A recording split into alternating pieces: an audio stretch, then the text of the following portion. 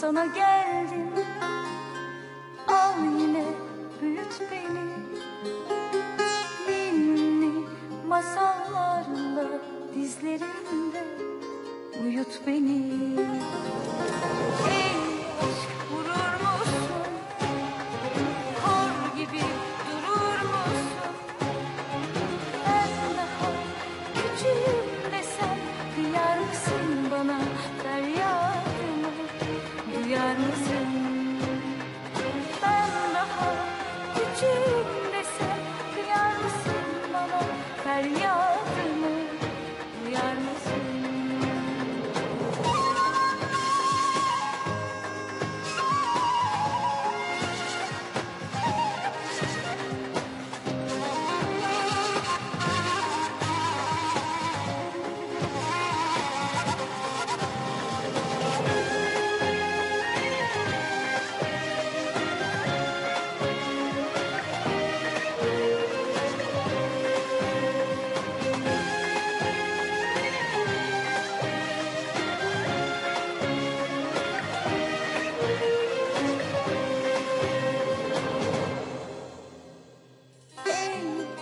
Sana geldim, al yine büyüt beni. Ben daha küçüğüm desem kıyar mısın bana? Feryadımı duyar mısın?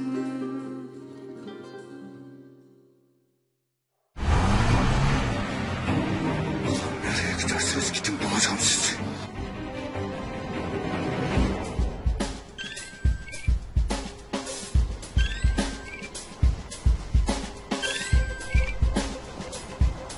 Söyle Dergan.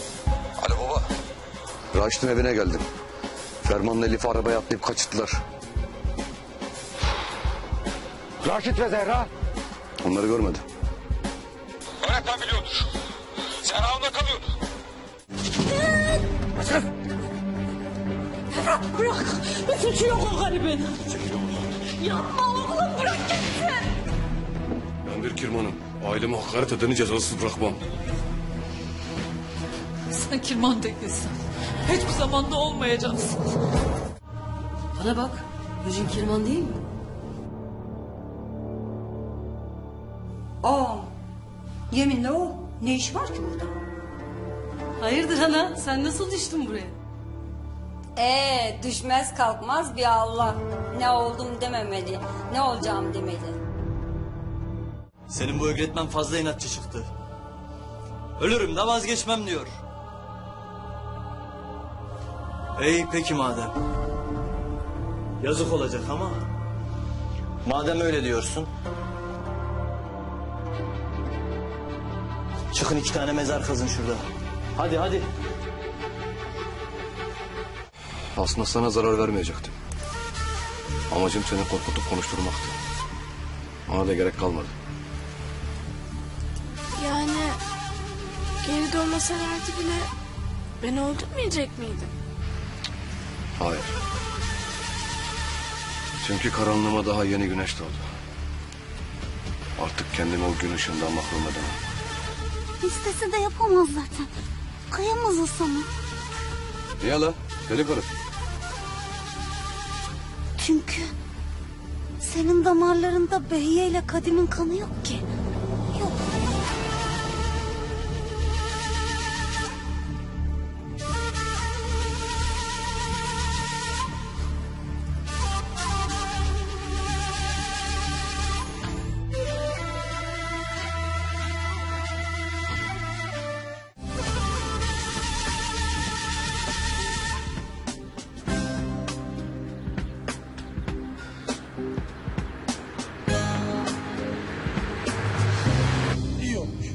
Vallahi hiç üzülmedim bu işine. Öyle deme oğlum. O senin babaannen. Ben de onun torunuyum. Ama o bana hiç acımadı. Hiç merhamet etmedi. Duygularımı içe saydı beni. Zehra ile bana ettiğinin cezasını çekiyor şimdi. Hem sadece Zehra ile ben değil konu baba. Suna'nın başını da öyle. Suna şimdi Nuşin ananın yüzünden o Cemşit'ten hem atacak diyorsun.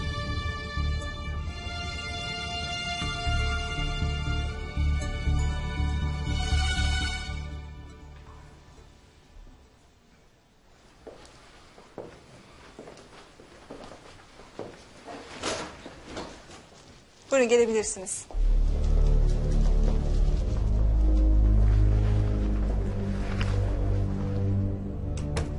Hasan'ın durumu nasıl?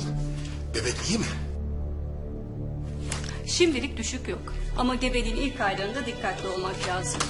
Ağır iş yapmasın, bol bol istirahat etsin. Ağır kaldırmak falan da yok. Bitki çayı tüketmesi de sakıncalıdır, aklınızda olsun. Biz zaten bunların hiçbirisini yapmıyoruz. Değil mi Suna?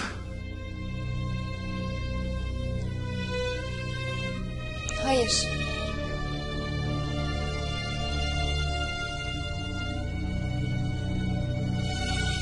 Raşit şerefsizi utanmadan bize şart mı koşuyor? Anam bunu hayatta kabul etmez. Vallahi baba, Nurcan Hanım'ın serbest kalmasının başka bir yolu yok. Raşit'in şikayetini geri alması lazım. Ben şimdi emniyete gideceğim. Nurcan Hanım'ı ikna etmeye çalışırım. Yoksa o Raşit gittiği yerden asla geri dönmez. Hadi eyvallah.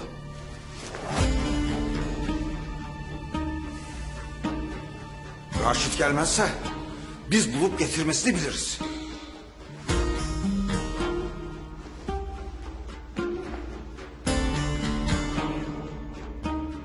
Demek Devran'a konuşmadın ha? Şimdi konuşsun sen. Yürü!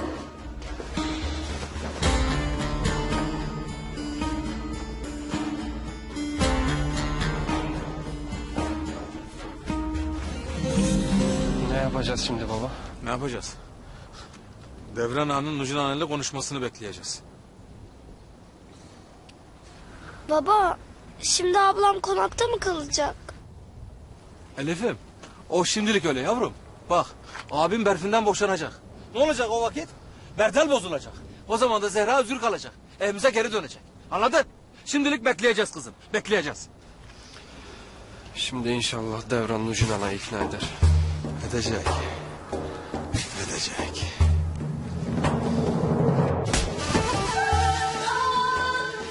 Sen kim olursan ki Nurcan Ana'yı şikayet ediysen. Besle kargayı oysun gözüye. Şimdi öt bakalım. Baban olacak herif sen.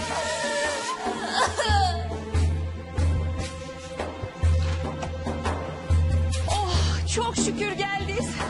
Ne oldu ana? Zehra'yı öldürecekler. Odada. Konuş. Konuş. Konuş. Bırak onu yapma. Sen karışma. Bu işler nasıl yürür? Unutmuşsun besbelli. Konuş. Konuş.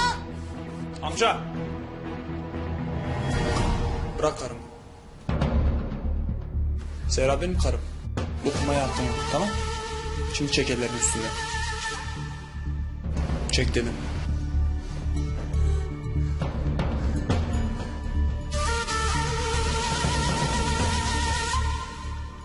Bir de karşıma geçmiş. Bana Raşit'in şartlarını mı söyleysen Devran? Raşit kim? Tamam anam, sakin ol. Hele bir çık dışarı. Hele bir şikayetini geri alsın o.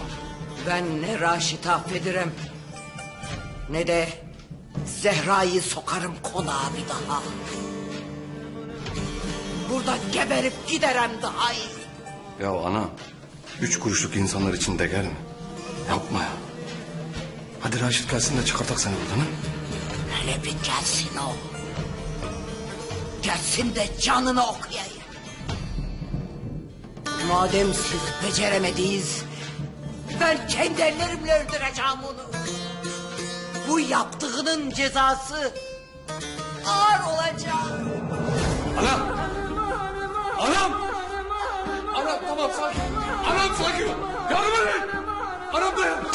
Dayan. Anam.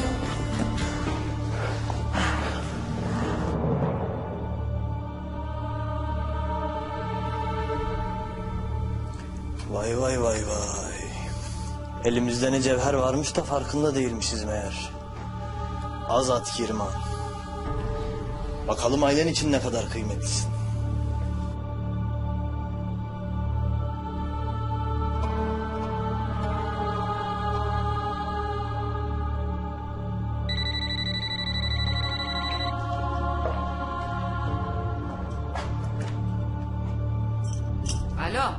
Kimsen? Orası seni alakadar etmez. Şimdi söyleyeceklerimi iyi dinle. Azat Kirman ve öğretmen arkadaşı elimizde. Akşam 9'a kadar söyleyeceğim yere istediğim parayı getirmezsen ikisi de ölecek. He. Dinliyorum. Dediklerim iyice belli. Sizinkilere de anlat. Dediğim gibi akşam 9'a kadar o para gelecek.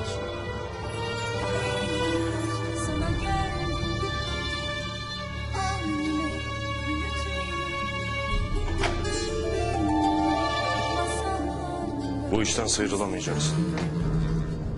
Gel seninle 500 bin lirasına iddiaya girelim. Ne de olsa artık milyoner bir sayılır. Sen ne kadar şakacı bir şeysin. Akşam 9'a kadar o para gelmesin. Sen şakayı o zaman göreceksin. Maymunlar da bizim oluyor ha.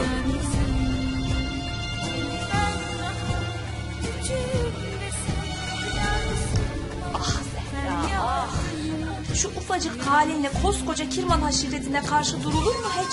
Canım çok acıyor. Başım da ağrıyor. İçeride ağrı kesici olacaktı. Hadi gel benimle de vereyim sana.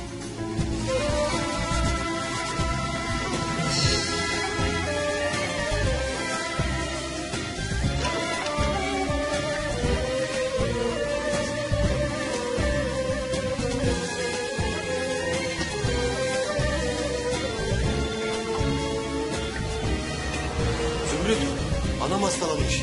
Kadınla hastaneye gidiyoruz biz. Olacağı buydu zaten. Üstüme bir şeyler alayım ben de sizinle gel ya. Kızım ilaç şurada içiver hadi. Hadi. Melek de yanındaymış Azat.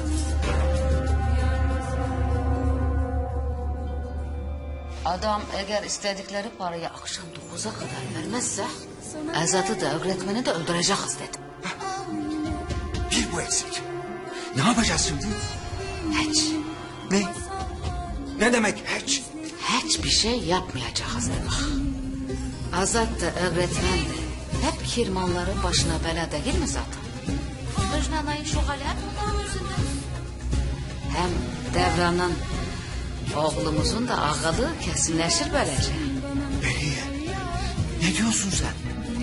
Bu şantaj telefonundan kimsenin haberi yok diyor. Biz söylemezsek daha da olmaz.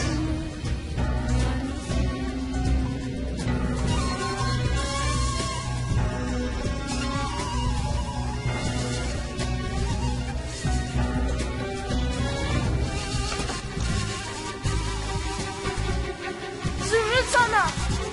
Ne oldu? Ne var Zehra? Sen niye ortalıkta dolaşıyorsun hala? Çabuk odaya. Hadi acele edelim. Bak hala burada duruyor. Yürü.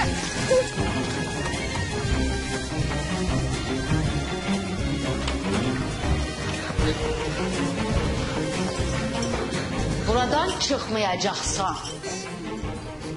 Ali ile konuşmam gerek. Ali ile konuşmak istemiş. Ne oldu?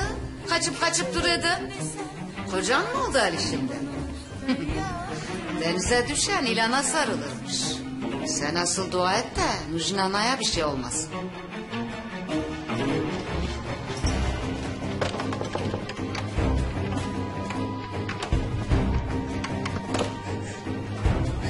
Hayır açın kapıyı.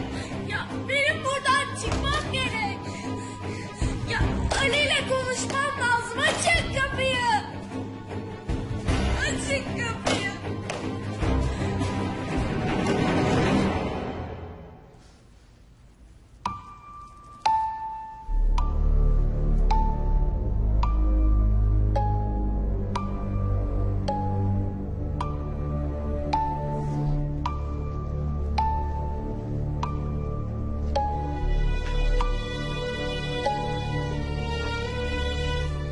Ne oldu, rahatsız mı oldun?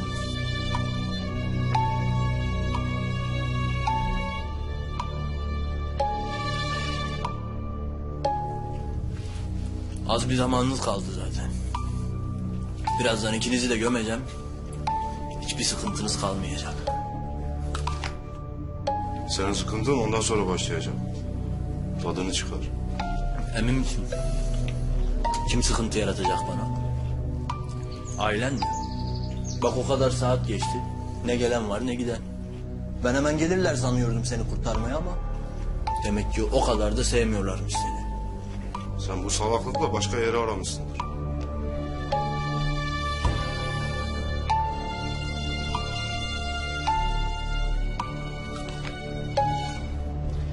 Arasak mı baba? Oğlum az daha bekleyelim. Ölen ucun anayı da hemen göstermemişlerdir.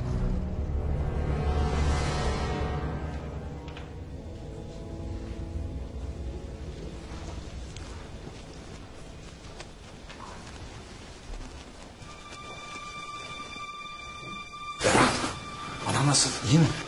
İyi. Telaşlanmayın. Tansiyonu yükselmiş biraz. Doktor şimdi ilaç ver dinlensin dedi. Hey, bu yaşta karakol köşelerinde sorguya alınmak ağrına gitmiştir elbet. Yüreği kaldırmamıştır anacığım. Ulan Raşit, bir elime geçirirsem seni var ya... bunların hesabının hepsini soracağım. Raşit şimdilik elimizde sayılır. Ben konuştum. Şikayetini geri alacak. Ama Elif'i bırakın. Zehra konağın gelini olarak kalsın diyor. Bak sen, ona mı danışacakmışız? Nurel de kötü bir şey dememiş. Hem bir an evvel anamı da çıkartırız böylece. Vallahi amca, Nurcan ana şimdilik kabul etmiyor. Zaten bu teklifi duyunca fenalaştı. Kan beynine sıçradı. Ulan Raşit, ulan Raşit. Bir de ben konuşayım anamla.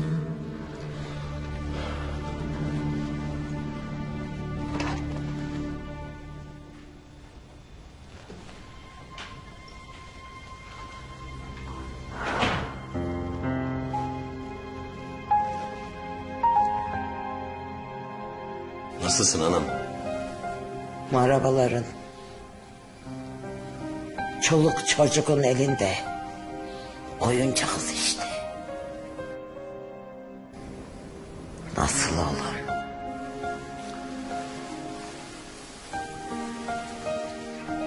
Daha fazla uzatmayalım bu işi ana. Gel hadi. Elif'i azat et. Zehra geri dönsün konağa. Lafımı yutam. Öyle mi? Raşit'e küçük geline el açam. Öyle mi? El açmayacaksın anam. El uzatacaksın ki öpsünler. Sen büyüklüğünü göstereceksin. Yoksa bu iş daha çok baş ağrıtır. Raşit çocuğunu korumak için bir cahillik yapmış. Sen ana baba olmanın yüreğindeki acısını bilirsin. İnsan evladını korumak için neler yapmaz ki? Yokluğumda demedin mi ana hiç? Yeter ki gelsin, canımdan olmaya bile razıyım diye. Acının diyeti sen. Müsaade et. Hiç olmazsa benim hatırıma. Elif'i babasına geri verelim. Zehra konağın küçük gelini kalsın yine.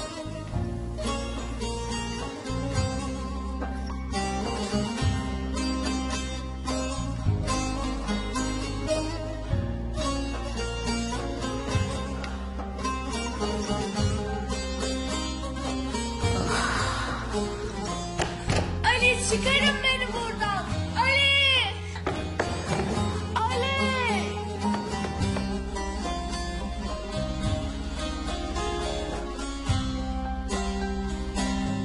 Ya, yalvarırım açın kapıyı.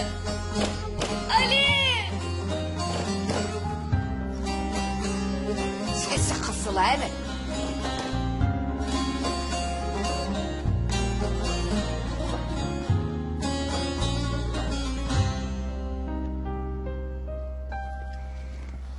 Ablama bir şey yapmazlar değil mi baba? Yok kızım. Onlar Zehra'ya kızmadı. Aslı bana kızdılar. Onlar Zehra'ya hiçbir şey edemezler. Merak etme sen.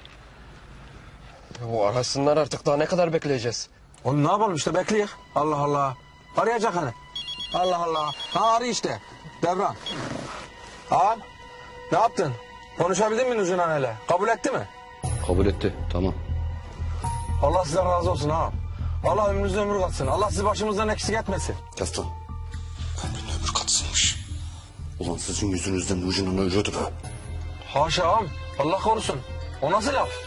Neyse bırak şimdi yalakalığı. Ben emniyete geçiyorum. Sen de oraya gel. Şikayetini geri alırsın. He tamam. Hemen geliyor. Güle güle ağam, güle güle. Yürü emniyete gidelim, çalıştır arabayı. Kabul edecek tabii.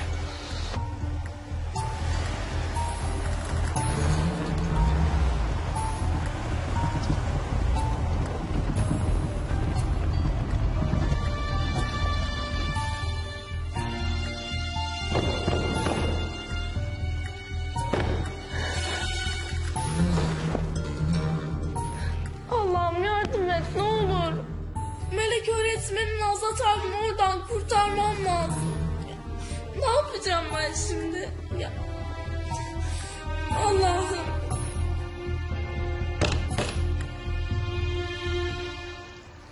Bence hiç yakışmamıştı.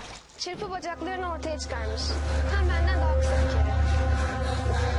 Dicle! Dicle! Dicle yardım et!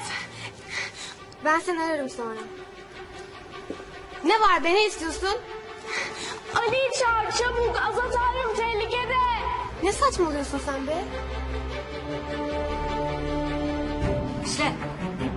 Ne yapıyorsun sen burada? Ali'yi çağır diyor. Bir şey söyledim ama anlamadım. Bir şey olmuş galiba. Bırak şunu. Dışarı çıkmak için numara yapıyor. Hadi gel, gel, hadi. Dicle hayır gitme dur.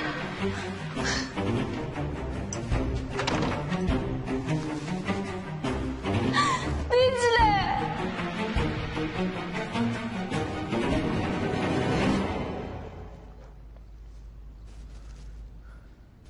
Son birkaç saatiniz.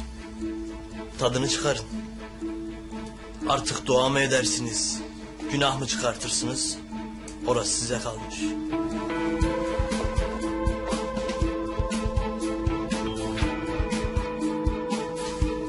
Pislik.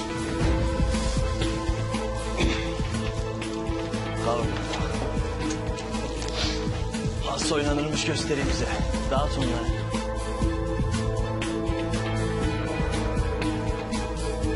Saçma bir soru soracağım sana. İyi misin? İyiyim desem inanacak mısın?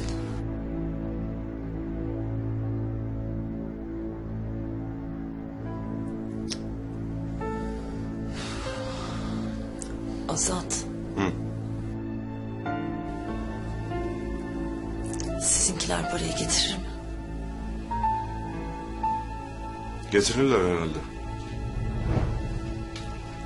Ama getirseler de işe yarayacak mı onu bilmiyorum. Parayı alsalar bile bizi öldürürler değil mi? Hayır desem inanacak mısın? Tam da başarıyorduk biz.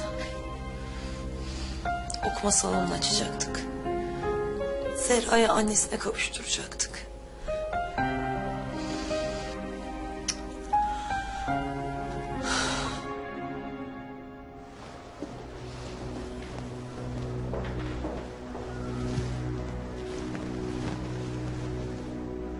Bunun hesabını vereceksiniz. Bu iş burada bitmeyecek. Çocukların bir suçu yok. Gitme üzerlerine.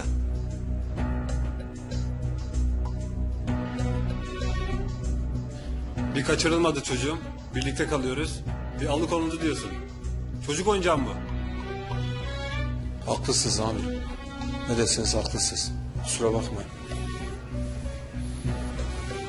Eğer bir daha buraya gelirsen, derdin ne olursa olsun, kimi şikayet edersen et, önce seni atarım içeri. Atarsınız amirim. Atın da zaten. Atın yani.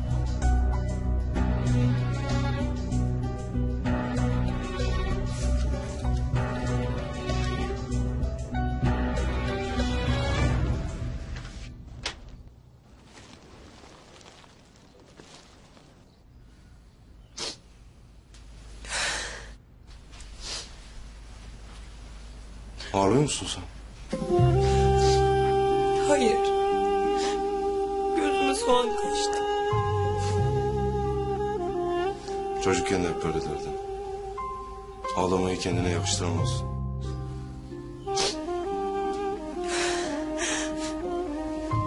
Sen de bana bir daha senin yüzünden soğanlı yemek yemeyeceğim demiştin. Hatırlıyor musun?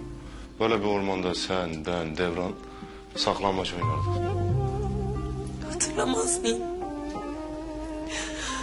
Hiç korkmazdım ormanda. 2 tane korumam vardı. Biz çok korkuyorduk ama. Bir gün öyle bir saklanmıştın ki bulamadık seni. Gizlice eve gitmiştim sizi bırakıp. Devran ağlaya ağlaya sana bakmaya gelince anlamıştık. Sonra biz seni ormanda aramaya gelmiştik. Sen de bizi korkutmuştun ama. Çocuk haklı işte. Böyle yırtıcı hayvanları aldırmadan seni arıyordum. İlla bulacağım. O kaplan gücündeydi. Hiçbir şey aldırmadan seni arıyordum. Eğer seni ormana aramaya gelmeseydik... yine de kalır mıydın orada? Dönmezdim ki. Seni bulmadan dönemezdim.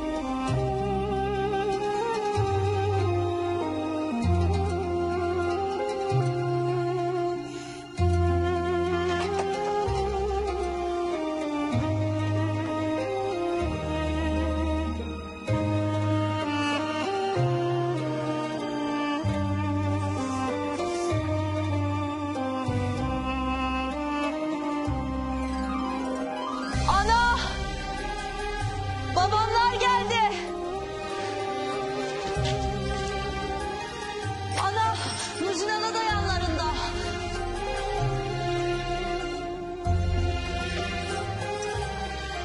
Hoş gelmişsin. Çok şükür. Nurcan Ana! Nurcan Ana! Nurcan Ana bir bak ne olur. Dinle beni çok önemli.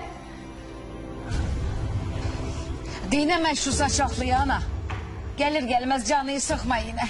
Hadi gel içeri de dilen az. Hadi. Hayır Nurcan Ana ne olur dinle beni Nurcan Ana. Gitme çıkmama izin ver ne olur. Nurcan Ana.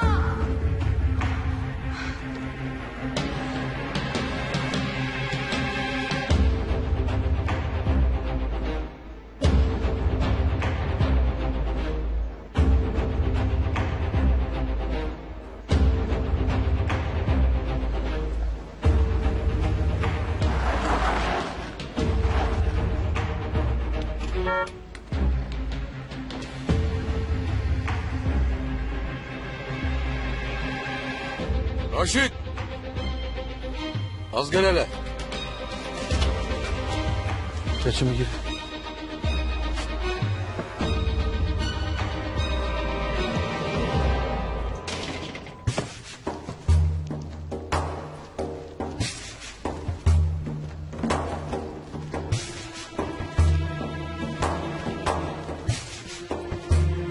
Buyur ağam.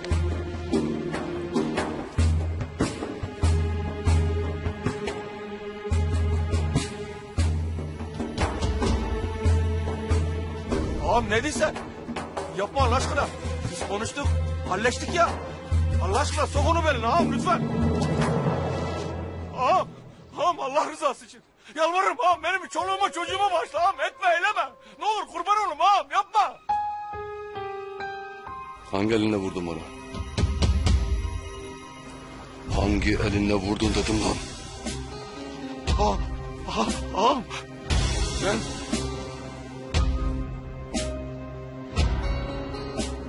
Bu elimle dedim de ağam.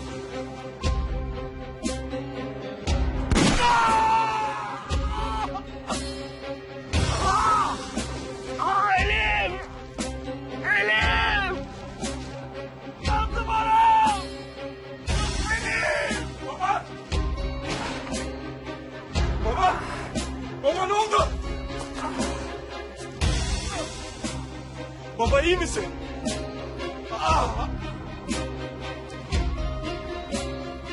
Baba ne oldu?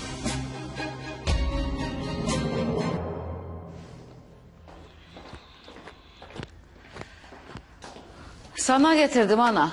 Şifa olur inşallah. Anacığım biraz yat istersen. Hem başına da iyi gelir ha? Gel anacığım.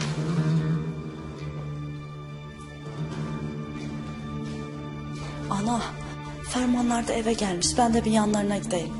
Belki gönlünü alır. Köpeğe gen vurma, gendiği at sanır. Deyim ben sana. Baba ben gidiyorum diyeceğim var mı? Kocan olacak herifle. Nankör Raşit'e selamlarımı söyle. Görüşeceğiz onlarla. Allah'a ısmarladık. Güle güle. Güle güle kızım. Azat da ta ne zaman geleceğim dedi.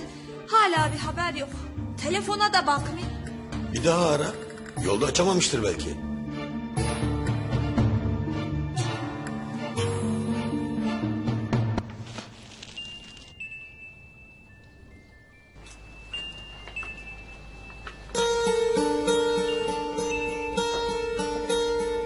Telefonun da hiç susmadı ha.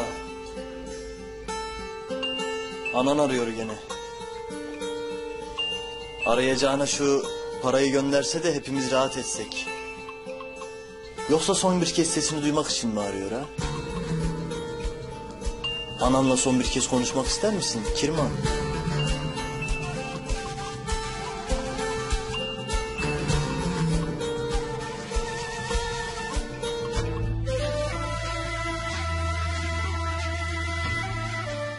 Olduğu ne malum oğlum? Kim bilir kim kaç para koparmak için aradı. Merak etme. İkisini de kurtaracağım.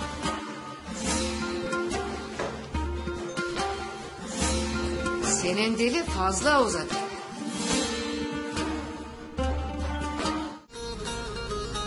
Hele insanın sevdiğiyle evlenmesine, onunla birlikte yuva kurmasına hiç karşı değilim.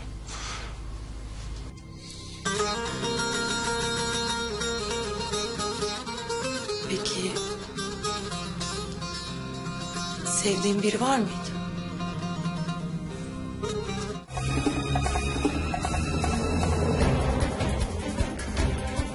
Bırakın onları. İstediğiniz parayı getirdim. Say Nihat.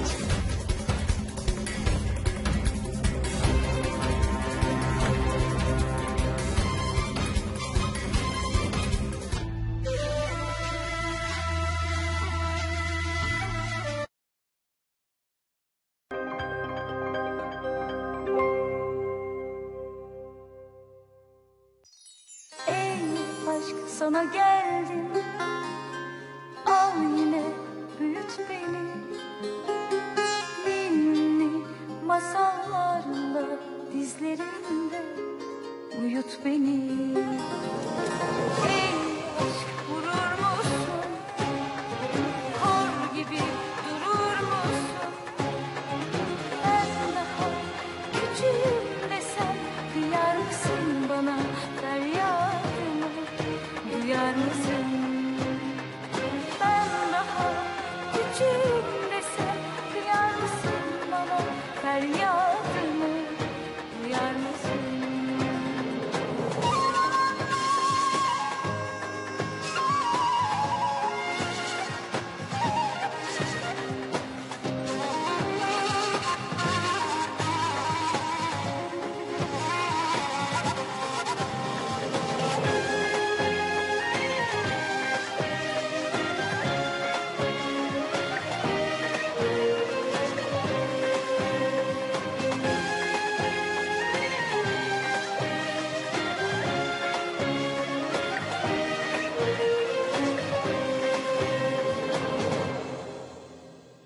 Ey aşk sana geldim.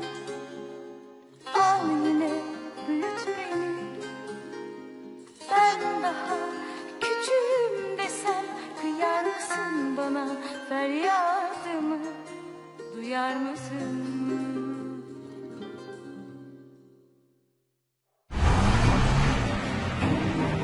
Nereye giderseniz gidin bulacağım sizi.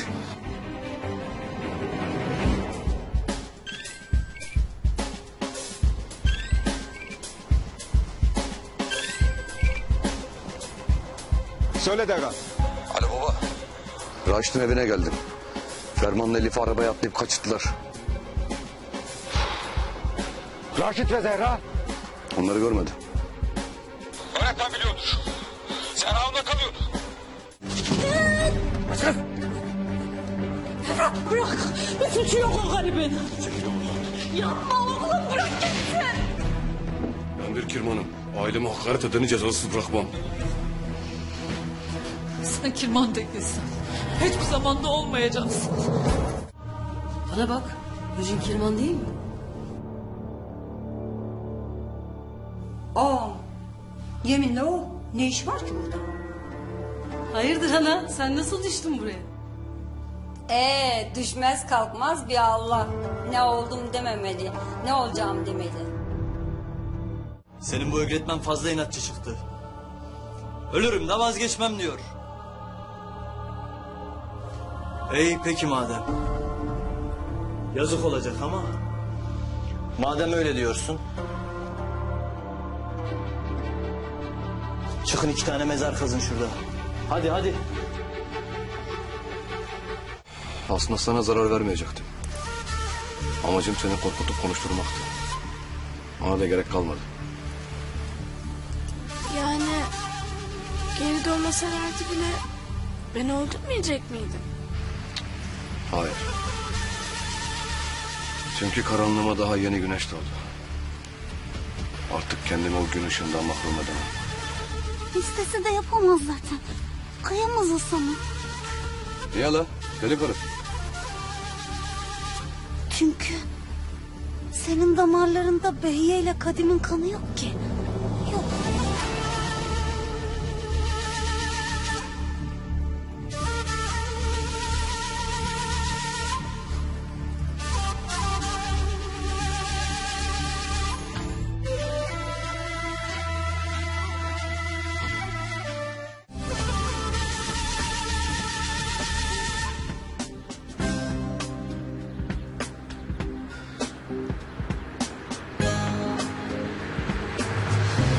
İyi olmuş. Vallahi hiç üzülmedim. Öyle deme oğlum. O senin babaannen. Ben de onun torunuyum. Ama o bana hiç acımadı. Hiç merhamet etmedi. Duygularımı içe saydı beni. Zehra ile bana ettiğinin cezasını çekiyor şimdi. Hem sadece Zehra ile ben değil konu baba. Suna'nın başını da öyle. Suna şimdi Nuşin ananın yüzünden o Cemşit denen alacak kırısı.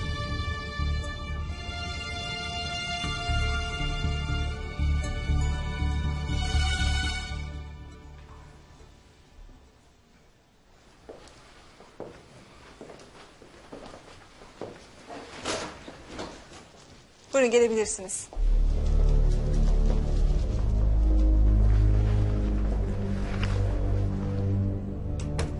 Hasan'ın durumu nasıl? Bebek iyi mi? Şimdilik düşük yok. Ama gebeliğin ilk aylarında dikkatli olmak lazım. Ağır iş yapmasın, bol bol istirahat etsin. Ağır kaldırmak falan da yok. Bitki çayı tüketmesi de sakıncalıdır, aklınızda olsun. Biz zaten bunların hiçbirisini yapmıyoruz. Değil mi Suna?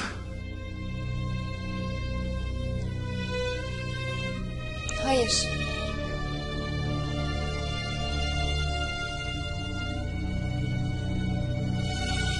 Raşit şerefsizi utanmadan bize şart mı koşuyor? Anam bunu hayatta kabul etmez. Vallahi baba, Nurcan Hanım'ın serbest kalmasının başka bir yolu yok. Raşit'in şikayetini geri alması lazım. Ben şimdi emniyete gideceğim. Nurcan Hanım'ı ikna etmeye çalışırım. Yoksa o Raşit gittiği yerden asla geri dönmez. Hadi eyvallah.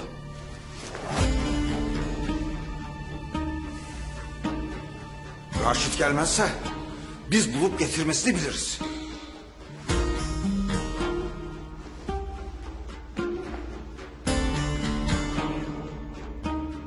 Demek Devran'a konuşmadın ha? Kim çıkarırsın sen? Yürü!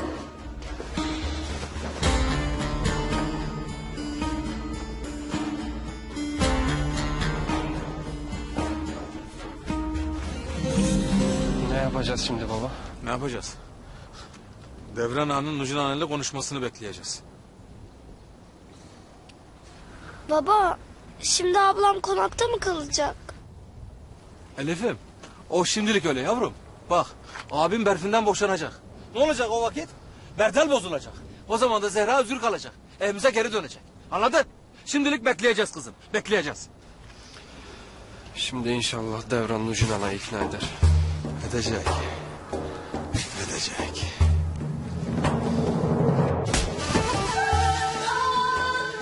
Sen kim olursan ki Nurcan Ana'yı şikayet ediysen. Besle kargaya oysun gözüye.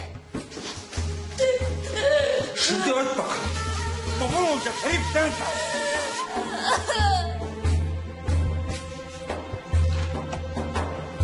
Oh çok şükür geldiniz.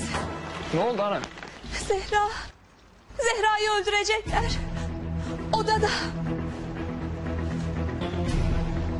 Konuş. Konuş. Konuş. Bırak onu yapma. Sen karışma. Bu işler nasıl yürür? Unutmuşsun besbelli. Konuş. Konuş. Amca. Bırak karım. Zehra benim karım. Dokunmaya hakkım yok, tamam? Şimdi çek ellerini üstüne. Çek dedim.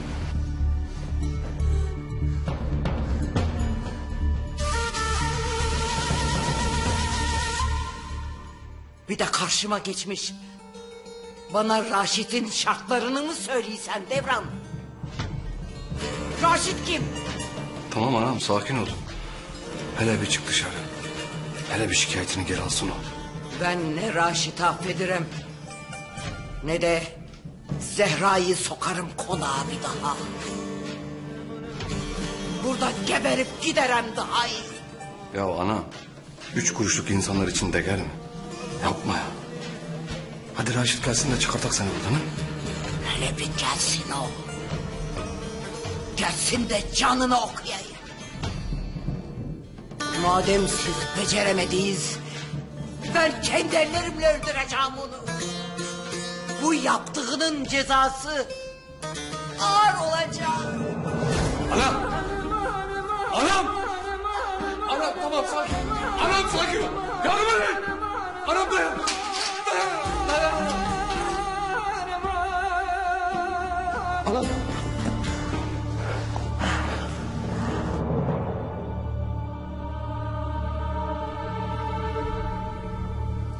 Vay vay vay vay.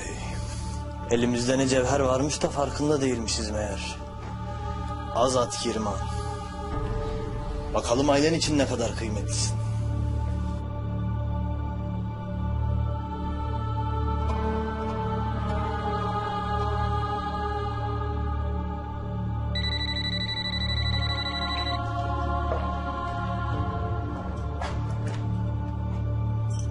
Alo, kimsin? Orası seni alakadar etmez. Şimdi söyleyeceklerimi iyi dinle.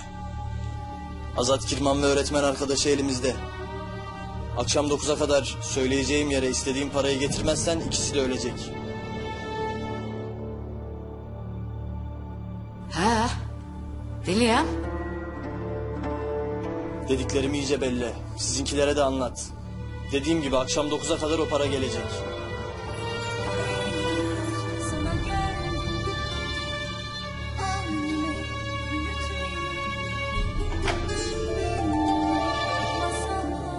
Bu işten sıyrılamayacaksın. Gel seninle 500 bin lirasına iddiaya girelim. Ne de olsa artık milyoner bir sayılır. Sen ne kadar şakacı bir şeysin. Akşam 9'a kadar o para gelmesin. Sen şakayı o zaman göreceksin. Maymunlar da bizim oluyor ha.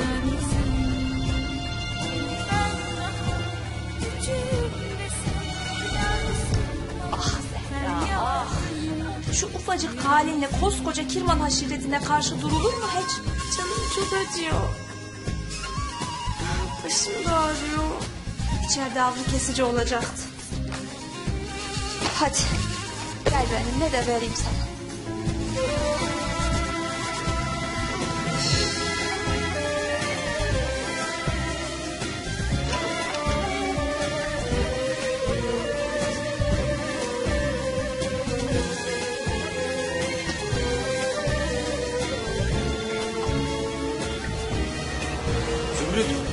anam hastalanmış.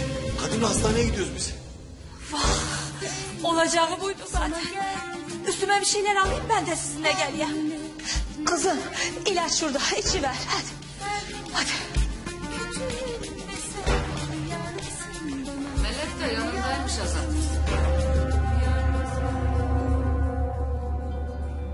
Adam eğer istedikleri parayı akşam 9'a kadar vermezse Azat'ı da öğretmeni de öldüreceğiz dedi. Bir bu eksik. Ne yapacağız şimdi? Hiç. Ne? Ne demek hiç? Hiçbir şey yapmayacağız dedi bak. Azat da öğretmen de hep kirmanların başına bela değil mi zaten? Müjgana'yı şu hali hep bunların yüzünden. Hem Devran'ın oğlumuzun da ağalığı kesinleşir böylece. Behiye, ne diyorsun sen? Bu şantaj telefonundan kimsenin haberi yok diyor. Biz söylemezsek daha da olmaz.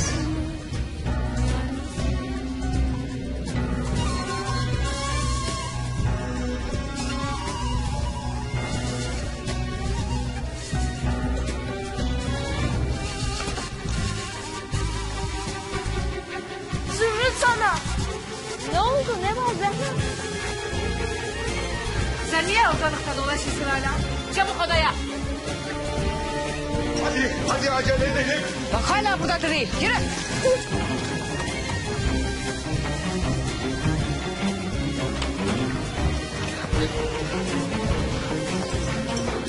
Buradan çıkmayacaksın.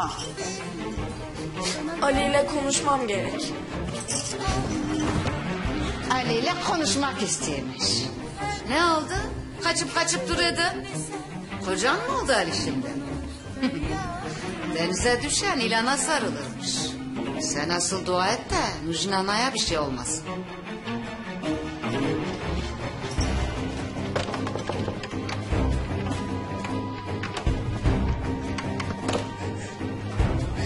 Hayır, açın kapıyı. Ya benim buradan çıkmam gerek. Ya Ali ile konuşmam lazım. Açın kapıyı. Açın kapıyı.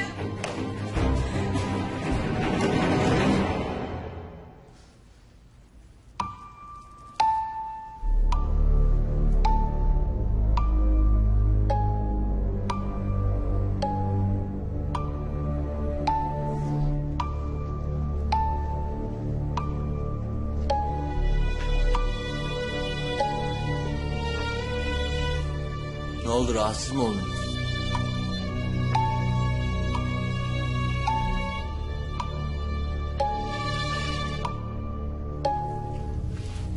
Az bir zamanınız kaldı zaten.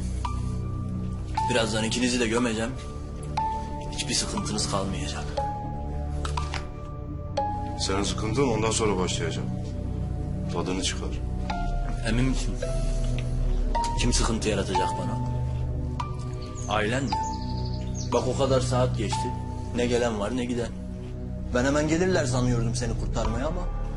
demek ki o kadar da sevmiyorlarmış seni. Sen bu salaklıkla başka yere aramışsındır.